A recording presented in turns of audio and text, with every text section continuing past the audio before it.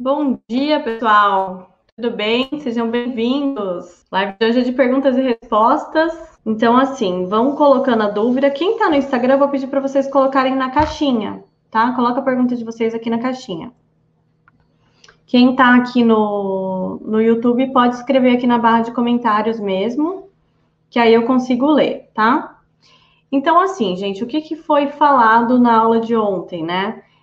Eu falei quais são os três principais erros, né? O que pode estar impedindo a naturalidade do teu trabalho, né? Quem lembra aí quais são? Oi, Vivi, tudo bem?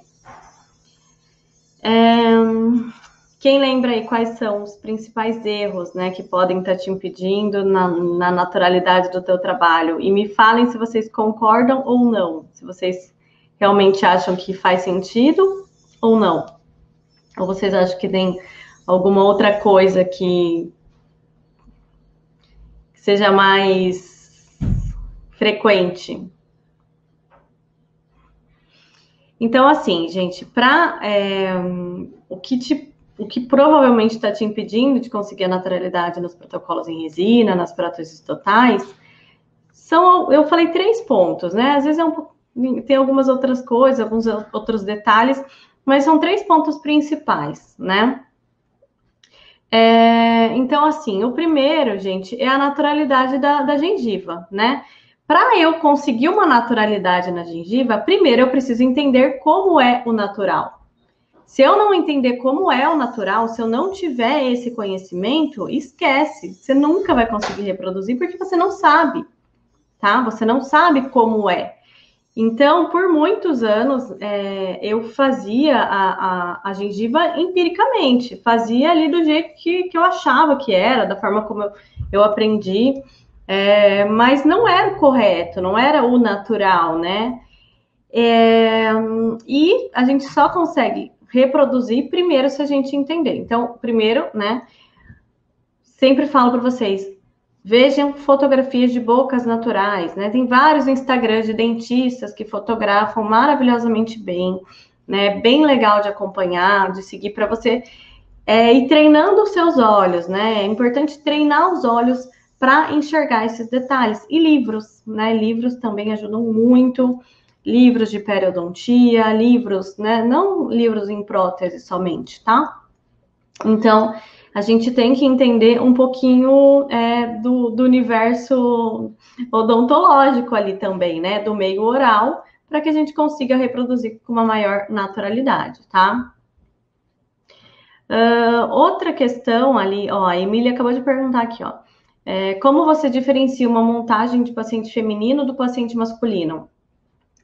Esse foi o segundo erro, que foi a montagem dos dentes, né? Montar os dentes com aquela teclinha de piano, com aqueles dentes todos retinhos, todos no mesmo nível. Você vê de longe que o paciente está usando uma prótese, né? Está usando uma dentadura. Então, você montar com arranjo, não tô falando, dente torto, tá, gente?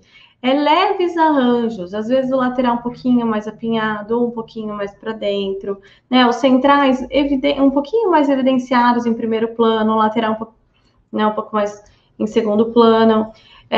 Esses arranjos, nos inferiores, deixar um pouquinho tortinho, não aquela coisa toda reta que fica artificial, tá? Então, aproveitando aqui essa pergunta que a Emília falou, né? Como você diferencia a montagem do paciente feminino e masculino? Geralmente, tá? Não é uma regra, tá? Mas é uma média. O paciente feminino, né, as mulheres, elas têm uma exposição maior dos dentes, então elas mostram mais os dentes superiores do que os homens, né? Então, eu gosto de deixar os centrais um pouquinho mais comprido do que o lateral, um desnível um pouquinho maior entre os dois, quando é mulher, do que quando é homem, tá? Outra coisa que eu gosto de fazer é o lateral um pouquinho para fora, né? Deixando uma sutileza, deixa mais delicado a montagem de dentes. Claro, gente, que isso não é regra, não vai combinar com todas as mulheres, né? Não é assim, tem um padrão para todo mundo. Não tem, tá? Então, a gente precisa observar um todo. Então, se o paciente tem os dentes naturais remanescentes antagonistas, eu vou observar como que é o arranjo desse antagonista. Se eu for reproduzir, se eu for fazer uma prótese total, mas o paciente tem dente embaixo, como que tá esse arranjo? Tá? Como que é esse tortinho? Os centrais estão para fora, tipo asinha de borboleta, ou não? Né? Então, porque muito provavelmente, quando esse paciente tinha os dentes, ele tinha o mesmo arranjo no superior também, tá? Então, observar fotos antigas do paciente, foto dos filhos, né? Teve um caso que eu fiz, tem vários, né? Vários casos que eu fiz com foto dos filhos, né? Ela falou assim, eu queria ter o meu sonho dentro igual a minha filha. Então, me manda uma foto da tua filha, então, deixa eu ver como que é os dentes dela. A gente tenta reproduzir. É muito mais satisfatório para o paciente, né? Quando ele recebe um negócio que ele sente uma semelhança ali, não uma prótese, né?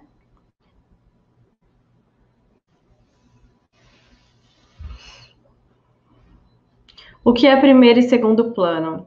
Quando os centrais, eles estão mais evidentes, mais para frente. Deixa eu ver se eu tenho. Não tenho aqui.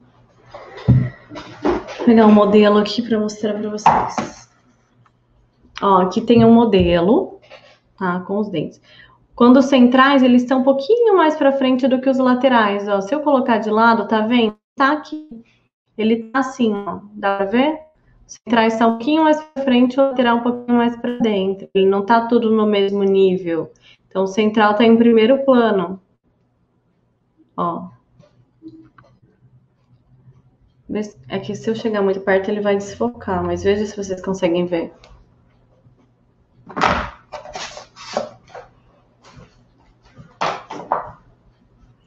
Sérgio da Silva. Não estou conseguindo assistir às aulas, pois trabalho no período da manhã. Sérgio, as aulas ficam gravadas, tá?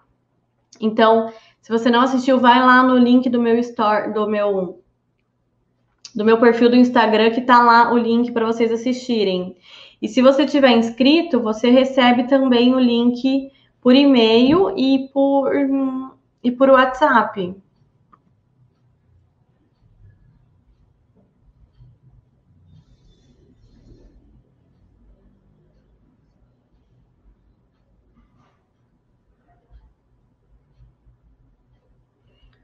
Deixa eu ver aqui mais alguma.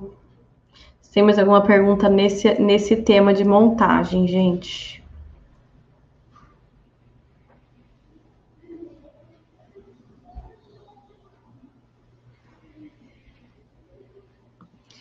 Bia, no curso de protocolo, você aconselha usar a prótese de planejamento como guia cirúrgico? Sim, com certeza. A montagem de planejamento, você diz? Até se for uma prótese provisória, dá para usar se ela estiver dentro dos parâmetros, tá? Se essa prótese que o paciente está, provisória ou uma prótese antiga, estiver na dimensão vertical correta, linha média correta, né? Só realmente vai substituir uma prótese total por um protocolo, dá para usar ela mesma para fazer o guia multifuncional, não precisa começar do zero.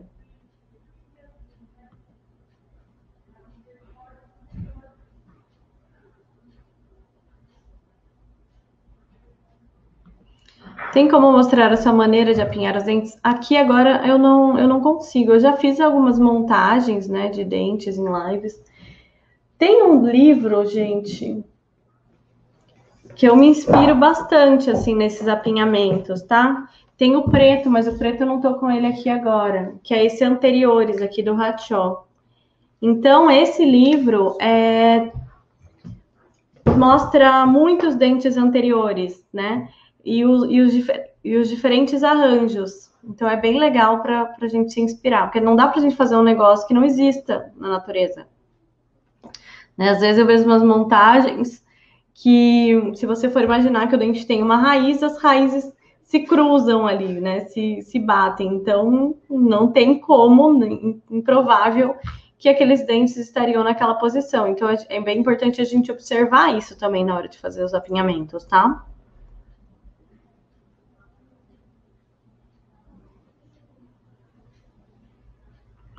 Bia, você tem intenção em ministrar curso de protocolo na PDESP em São Paulo esse ano? Eu já fui para a PDESP esse ano, a minha agenda já está lotada esse ano. Provavelmente não, tá?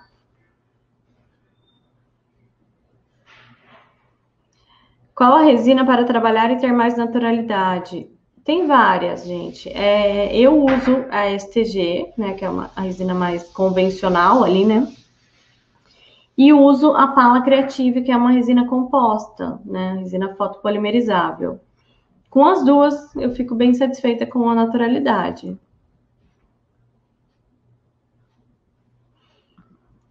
Professora, as minhas PTs costumam quebrar no meio do palato. Por que isso acontece? Paulo, eu não sei se você é paciente ou se você é TPD, tá? Mas o que que acontece quando a PT quebra no meio? A força mastigatória tá nos dentes, ela não tá no palato, tá? Então, é preciso fazer um reforço fundido nos dentes. Eu já mostrei isso para vocês também, né? Tem algum. Eu acho que tem foto no meu feed explicando sobre isso.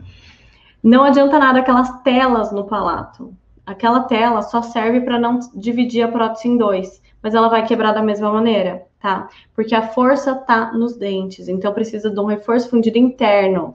Se quebra no meio, ou o paciente tem uma torus palatino, que é um crescimento ósseo bem no centro do palato, tá? Que fica, se vocês passarem a mão ali ou a língua, vocês conseguem sentir se vocês têm ou não. Eu tenho.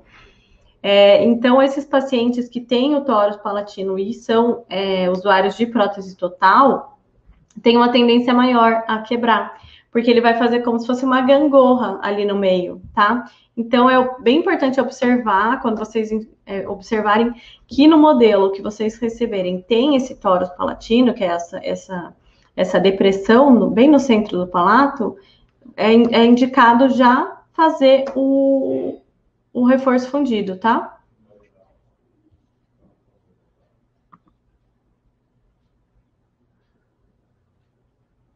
Mostra outra vez o livro, por favor.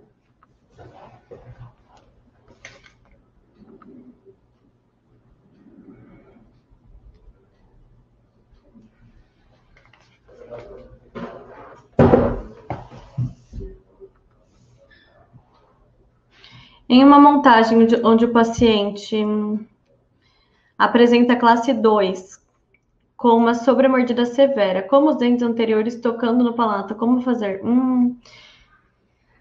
Pois é, complicado, porque assim, se os dentes inferiores estão tocando no palato, é porque esse paciente já teve uma perda dimensional muito grande ou uma extrusão desses dentes, ou os dentes de baixo extruíram, tá? Então, tem que fazer um aumento de dimensão vertical. Só que quem vai definir isso é o dentista. Não tem como nós técnicos prever isso, tá?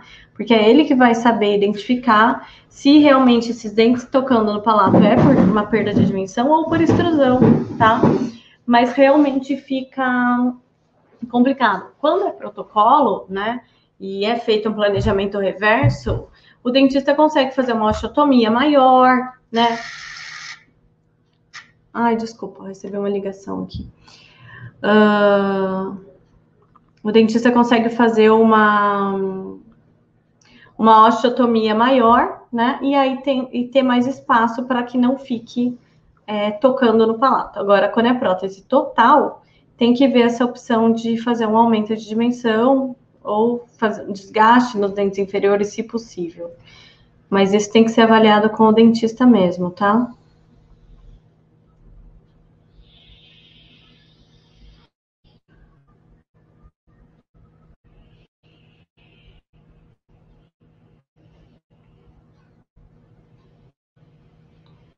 Quando for caso de montagem superior, nesse caso também não devemos deixar tocar os dentes inferiores ou somente em montagem dupla?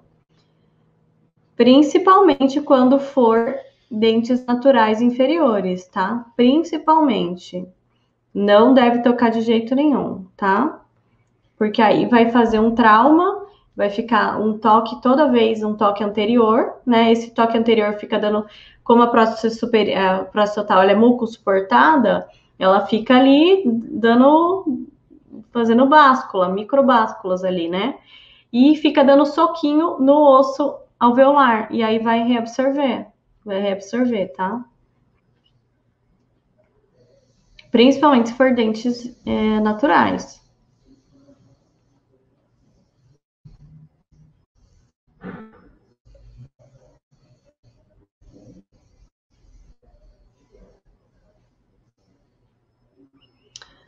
Como formular um protocolo de trabalho para PT e protocolo? Então,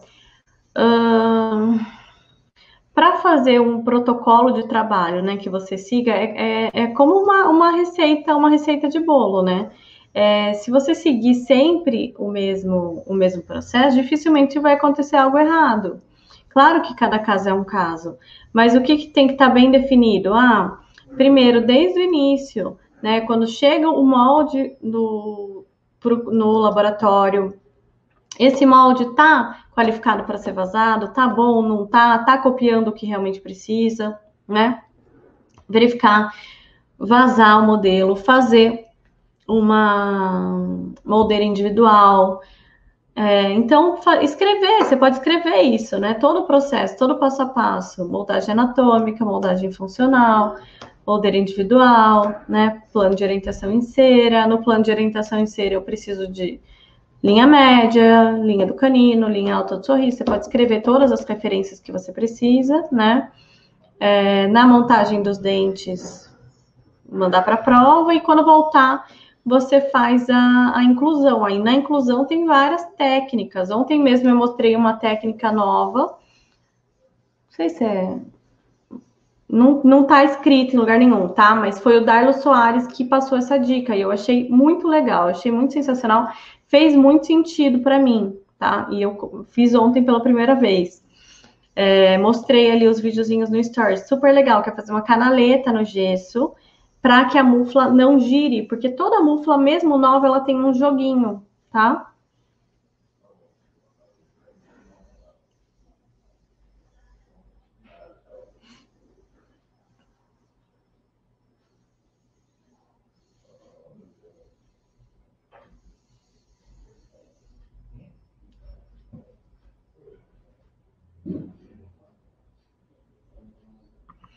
Bia, aprendi a fazer o guia em mufla de latão com resina de alto, somente colocando na prensa, porque às vezes dá milhares de bolhas e às vezes sai translúcido.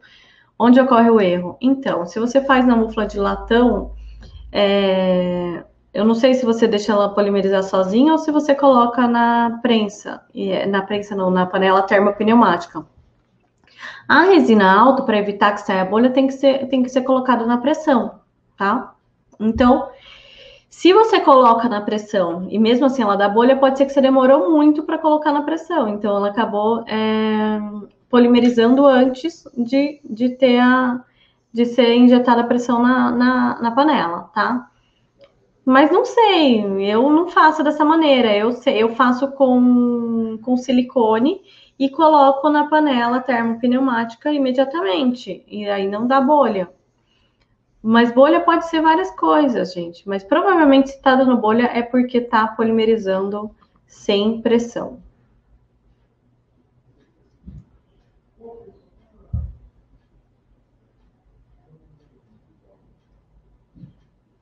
O que passar para tampar os poros da cera antes da inclusão? A cera não tem poros, né? A cera ela não é porosa. Não precisa passar nada, tá? Aquele material, aquele líquido, o wax gloss de brilho, é só para dar um brilho estético. Ele não tem função na inclusão, tá? Ele não tem nenhuma função impermeabilizante, porque a cera ela já é impermeável, ela não é porosa, tá?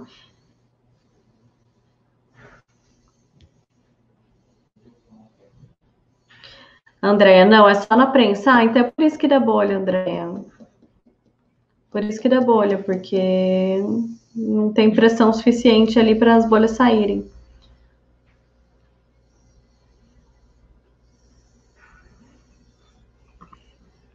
Tem uma dúvida em resina para placa miolaxante. Existe uma resina especial ou forma de acrilização especial? Tem várias, né? Eu tenho usado ultimamente a Pala Express, que é uma resina da Cooser, que ela é uma resina de rápida, tá? Tenho gostado muito do resultado. Mas tem gente que faz com resina termo, com resina de micro-ondas. Não tem uma resina própria para isso, tá?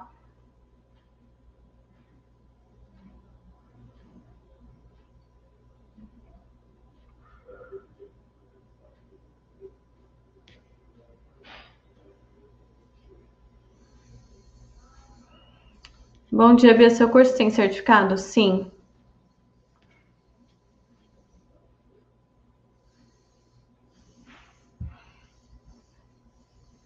Por que as minhas STG ficam igual um dálmata?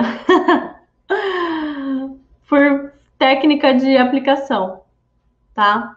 Porque você tá jogando as bolinhas ali, né, da resina e tá molhando demais, e ela fica manchada. É, então, no curso completo, protocolo de alta performance, eu mostro exatamente como você dominar a acrilização dos seus trabalhos, né? Dominar a resina para que ela não fique manchada, para que ela fique exatamente onde você quer, não fique igual um dálmata, né? Ou uma jaguatirica, como eu falo.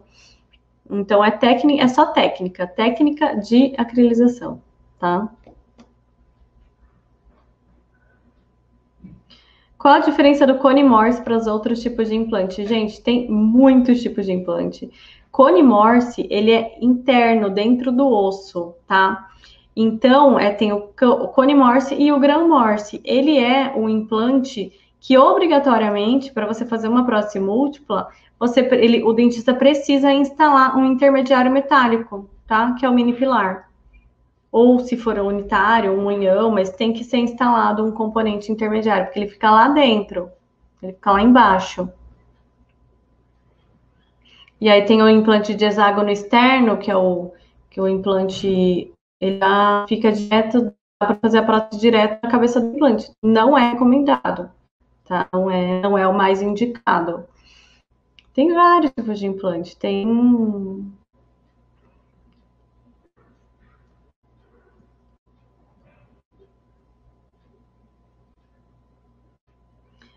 Nesse curso, você vai passar a técnica de aplicação do sistema STG? Sim, sistema STG.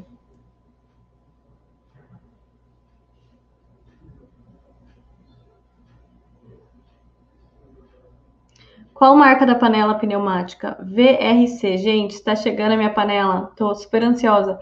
A minha panela da VRC tá chegando. Assim que chegar, eu mostro para vocês, tá? A minha é aquela WA3000, que foi desenvolvida junto com o Alker Angeloni, né, para fazer uma polimerização perfeita. O silicone altera a transparência do incolor? Depende muito, viu, gente?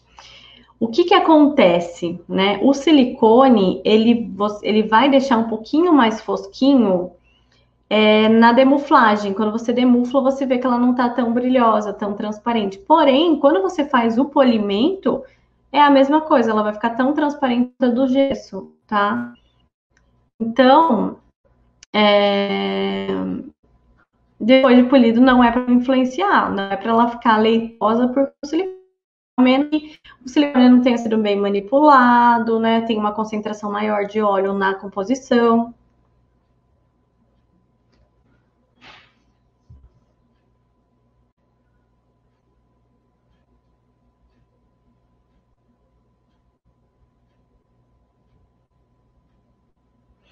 E por que não aparecem mais as perguntas para eu escolher? Oi, Beatriz, sou aluna de TPD. Só fiz aula de anatomia e enceramento. Posso fazer o curso de resina? Com certeza, Daniele. Pode sim. Tem bastante aluno que faz, tá? Vai te ajudar muito. E o curso, ele é muito bem explicado, muito passo a passo mesmo, tá? Para todo mundo entender, desde o iniciante até um avançado. Ixi, agora travou a pergunta aqui, não sai mais.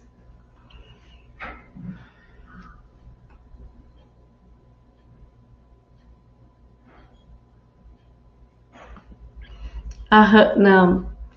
Ontem polimerizei um protocolo inferior e o acabamento foi em menos de 30 minutos. Tão fácil, seguindo todos os passos do curso. Estou mega feliz. Obrigada, Bia. Ai, Ana, que legal. Muito obrigada. Obrigada pelo seu feedback. A Hanna, ela é minha aluna do curso Protocolo de Alta Performance, do curso online. Ela mora em Portugal, né, Hanna? Que legal. Fiquei bem feliz em saber.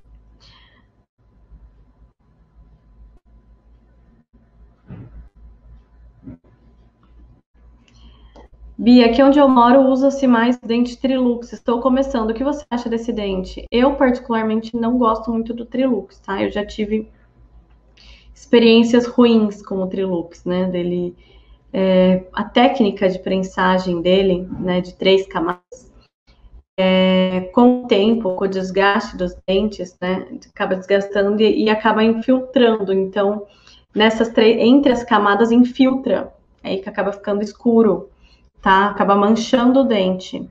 Não sei se isso foi corrigido, né? Mas eu acho que não. Eu acho que e eu não, eu usei muito Trilux já na minha vida, muito, muito mesmo. Mas faz muitos anos que eu não uso. Então, sempre que o dentista pede o Trilux, eu tento sugerir uma marca que eu confio mais, que eu me adapto melhor, tá? Então, de dente intermediário, assim, eu gosto bastante do Classic e do Ivostar.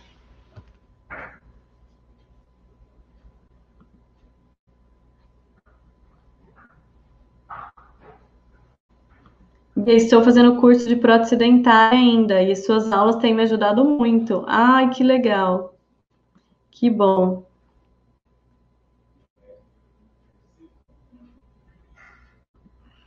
O que devo fazer para as PTs inferiores, principalmente, ficarem fixas? Ou seja, não fiquem folgadas na boca do paciente. Gente, olha, PT inferior é complicado, tá? Por quê? É difícil ela ficar fixa na boca, por isso que aumenta muito, a maioria dos protocolos são inferiores, né? Porque a inferior tem muita musculatura na boca, né? O assoalho da língua, a gente movimenta a língua para falar, ela está o tempo inteiro empurrando esse assoalho, né? E a prótese total tem uma tendência a não parar, né? Todo movimento que a gente faz para falar, para deglutir, ela acaba movimentando. Então é bem chatinho de usar, ao menos que o paciente tenha um super rebordo inferior, mas provavelmente ele vai reabsorver rápido, tá?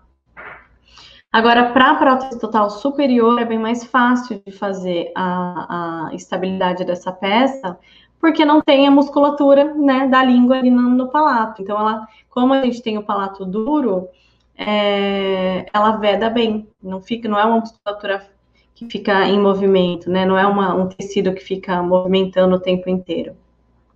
Mas isso é técnica de moldagem, tá? Claro que tem a técnica laboratorial também, para a gente deixar a prótese mais estável, né? Que vai desde o gesso a ser utilizado, desde do modo de vazar, vai desde da inclusão, tempo de prensagem da resina.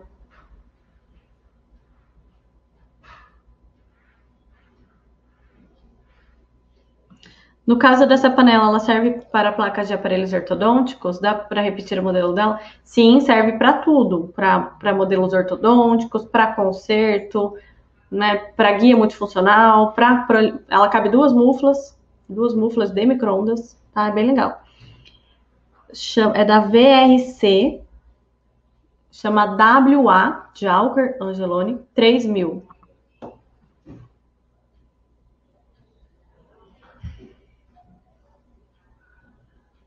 Gente, tá travado no Instagram aqui. A pergunta não quer sair daqui. A pergunta da Daniele. Faça uma borda na vestibular do inferior, o que você acha? Ah, ó, o Ferreira falou, faz uma borda no vestibular. Uma outra dica, né, para ter uma melhor estabilidade da prótese total inferior é fazer um escavamento na região interna, né, para que a língua se acomode, para que a língua pare dentro da prótese, deixar ela bem convexa mesmo na parte interna, na palatina, na lingual, tá? Dessa prótese, para que a língua acomode e não fique querendo expulsar aquela prótese dali, tá? Qual o preço de uma panela dessa? Não me lembro, gente.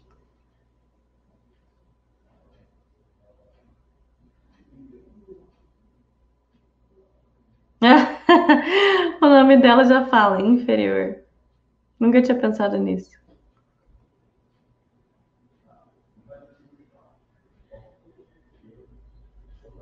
Ó, quando faço o afrodísio, quando faço o PT no sistema STG, faço inclusão com o Zetalabor só na parte dos dentes.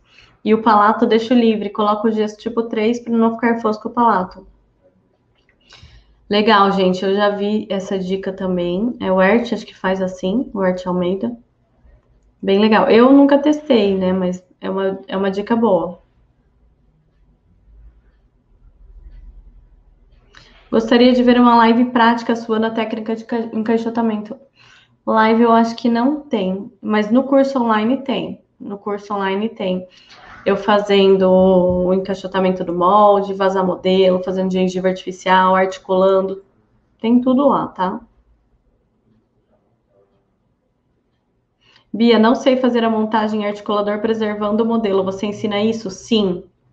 Ensino sim.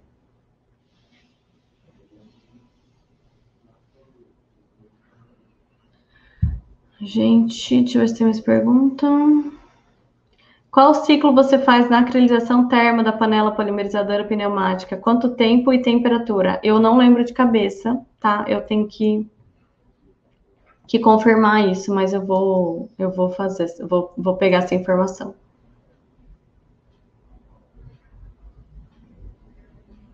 Bia, a barra cimentada corre o risco de soltar os pilares? Se soltar, é porque houve falha na confecção, houve falha técnica, tá? Então é bem importante fazer retenção mecânica, usar um primer para metal, tomar todo o cuidado ali, porque ela não solta de jeito nenhum. Agora, se só cimentar, pode ser que ela solte sim, tá? Beleza, gente? Então é isso. Muito, muito, muito obrigada. Beijo grande, então.